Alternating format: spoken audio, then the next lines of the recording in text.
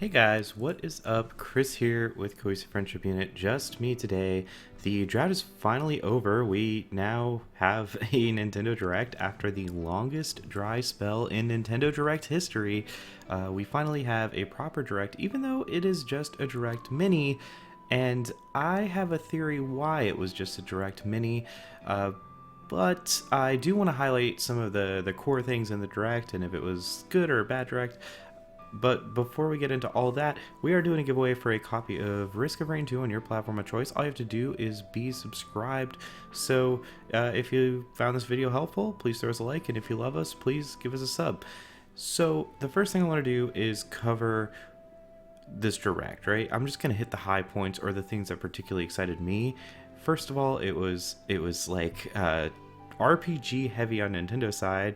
It was frontlined with Xenoblade Chronicles Definitive Edition. They had kind of a much bigger blowout for that game, and yeah, it's looking pretty solid to me. Collector's Edition looks cool. For those of you vinyl players, you can play some vinyl soundtracks.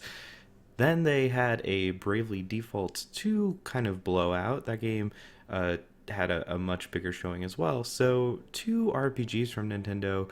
Other than that, on Nintendo's side, they did show off like a 51 game in one party type game, but as far as Nintendo published stuff goes, everything else was just little announcements, including the new Smash character, which is going to be an ARMS character. It was very, I guess, melodramatic. It was, to me, not the best way to do that, but this kind of all ties into my like this mini direct thing that I want to talk about. But I'm not sure if that was the best way to reveal that it was ARMS. They pretty much just said, hey, next fighter's ARMS, we'll get back to you later on that.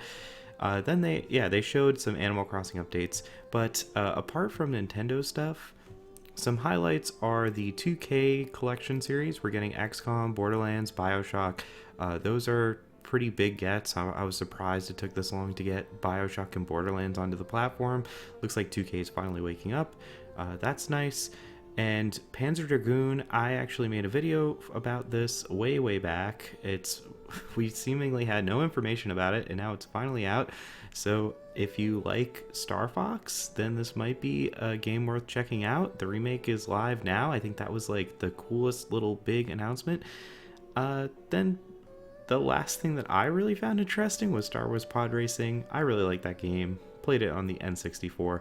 There were a lot of other things like Minecraft Dungeons and Catherine Full Body, and it was packed with a lot of software, which is why I'm a little curious why they called this a Nintendo Direct Mini, and I do have a theory on that. So usually and I actually have mentioned this before, usually the direct in the early to mid spring, which is this one, is the one where they show a big game for the holiday season, be it Smash Bros. Ultimate or something like that, where they show the game so that everybody knows the game is coming out in the holiday, but they show you the game in a teaser so that when E3 rolls around, now that everything's open to the public and even for the press, you can sign up to go, or you know where you want to go, you know what you want to do. So like they showed off Smash, they said there's going to be an invitational, and people knew, okay, when I go to E3, I want to go to the Nintendo booth because I want to play Smash Brothers, and that's kind of where it gets the big proper blowout. They don't need to tell us what that game is, the big holiday 2020 game, in this scenario, because there is no E3. So, and there's presumably going to be no press swarming or public swarming to try out that title. So they can keep their cards a little closer to their chest. They can just, instead of giving us a tease, do the big full proper blowout in whenever they want, really. I'm assuming we're all going to get conferences from everyone. Like I think Sony, Nintendo, and Microsoft, assuming the next gen consoles are still going, they're gonna want to show off a lot around the June timeframe, because that's about the amount of time that they want to blow things out to get ready for the big marketing leading up to the holidays. Because if you think about it, the buying season really starts at the end of September, like the big holiday game season, So that's really only 3 to 4 months from whenever they decide to show these things off in June. That's a good amount of time to get some marketing in and get press ready. So that's kind of what I think's happening. I think this was basically originally a Nintendo Direct, and maybe they had the Smash character ready, or like a proper tease, and maybe they had the full game for the big first party game for the holidays that is coming out, and that kind of got swapped out with Pokemon basically, and I think that's why they called it the Direct Mini. And that makes sense because the Pokemon thing really felt out of place. It comes out in June, and it was just like a weird arbitrary trailer, just them saying, yeah, it's still happening. So I think that's where the blowout was going to be. And I think originally, here's what happened. I think Nintendo had the Direct planned, and they were probably going to do it around February or whatever, or maybe early March.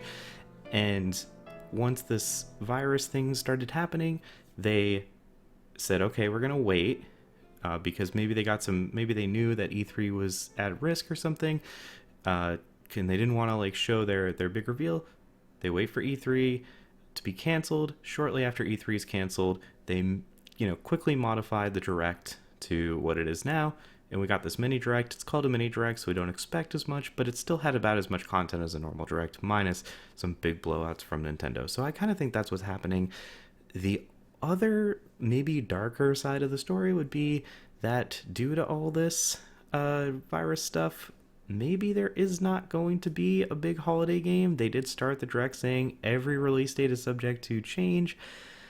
It might be a light year for video games, because I'm personally not convinced that we're going to be seeing next gen this holiday season, despite what we're seeing.